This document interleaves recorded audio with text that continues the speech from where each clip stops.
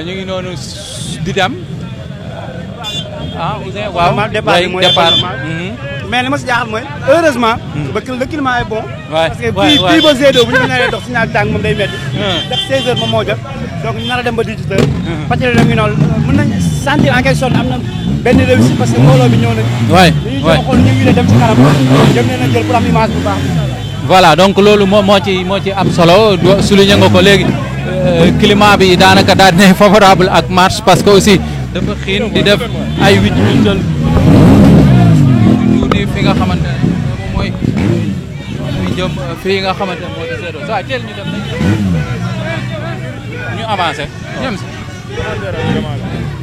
voilà dégg ngeen noonu ñu ngi scandé justice moom la ñuy yuuxu ñoom ñëpp pour réclamer li nga xamante ne moo di justice pour ñii di victimes yi nga xamante ne ñoo loru ci événement mars 2021 ba juin 2023 lu toll ci 84 morts ak ñi nga xamante ne jëlee nañ ci ay blessures ñi nga xamante ne leen tëjoon kaso ñu génn di traîner ay séquelles donc tey ñu bëri jàpp ne war nañu mën a justice na muy doxee dafa yéex heure bi waroon na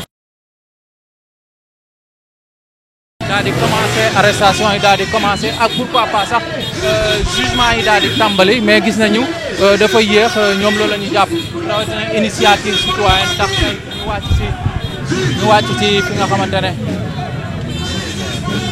wàcc ci fi nga xamante ne moo di ci mbedd mi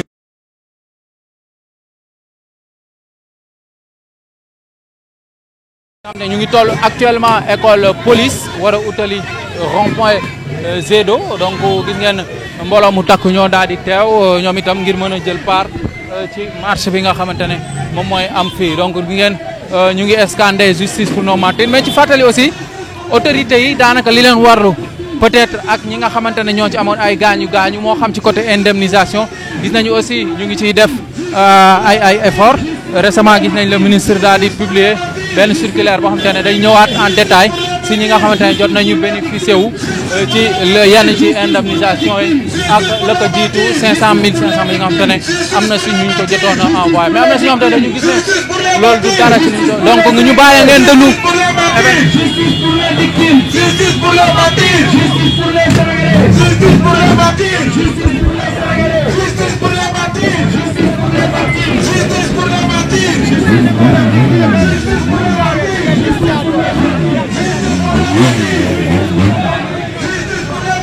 Justice pour les Sénégalais. Justice pour les martyrs.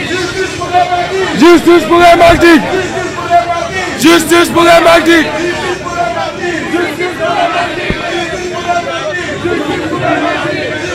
mu xam affaire yi fan la toll mu xam affaire yi maanaam sénégalais yi lan lañ ci amee maanaam xol bu naqari ministre bi da góorgóorlu xam ne ñi xeexoon dañ leen war a delloo li war.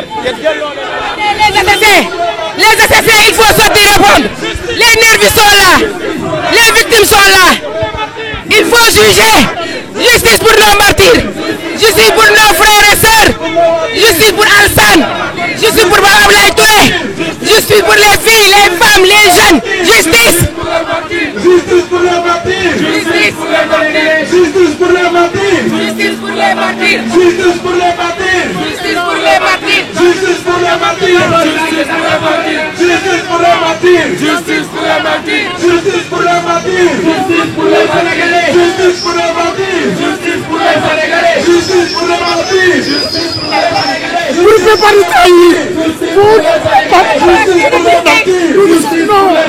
Casamance nee na justice Bignona nee na justice Dakar nee na justice Guédiawaye nee na justice Thiaroye nee na justice Tamba Casamance Ziguinchor justice pour les martyrs justice pour les martyrs justice pour les Sénégalais justice pour les martyrs justice pour les Sénégalais justice pour les martyrs justice pour les Sénégalais justice pour les martyrs justice pour les Sénégalais justice pour les martyrs justice pour les Sénégalais justice pour les martyrs justice pour les martyrs justice pour les martyrs justice pour les Sénégalais justice pour les martyrs justice pour les Sénégalais justice pour les Sénégalais.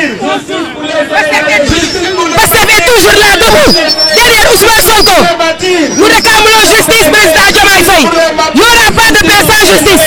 Justice pour les martyrs. les martyrs pour les Sénégalais ak ñi nga xamante ni ak ñi nga xamante ni gaañu nañ ci combat bi ñun dañuy laaj est-ce que ñun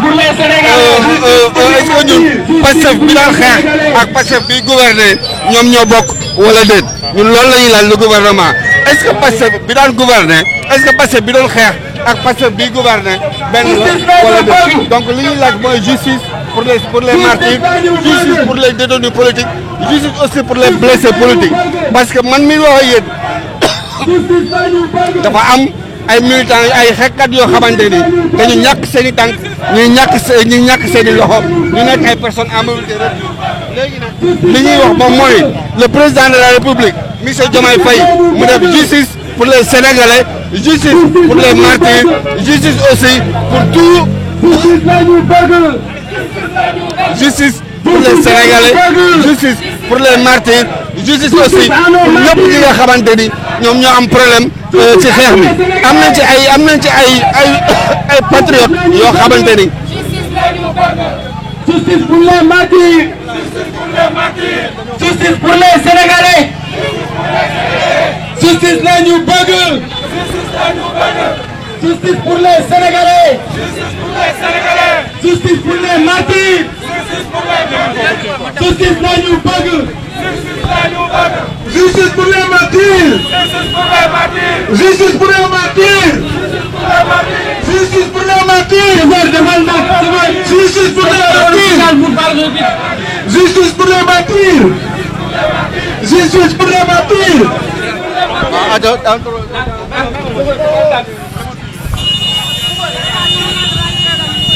On rampe doucement. Voilà gis ngeen marche bi mu ngi continuer ba tey dépassé nañ fi nga xamante ne moo di école police wala sax foofu la ñu toll justement ci li nga xamante ne moo di ci marche bi ñu ngi ci jëm avenue Bourguiba wutali fi nga xamante ne moo di rond-point Zedo dégg ngeen sànq ba léegi slogan bu ñuy scandé moom mooy justice pour les martyrs donc ñoom loolu la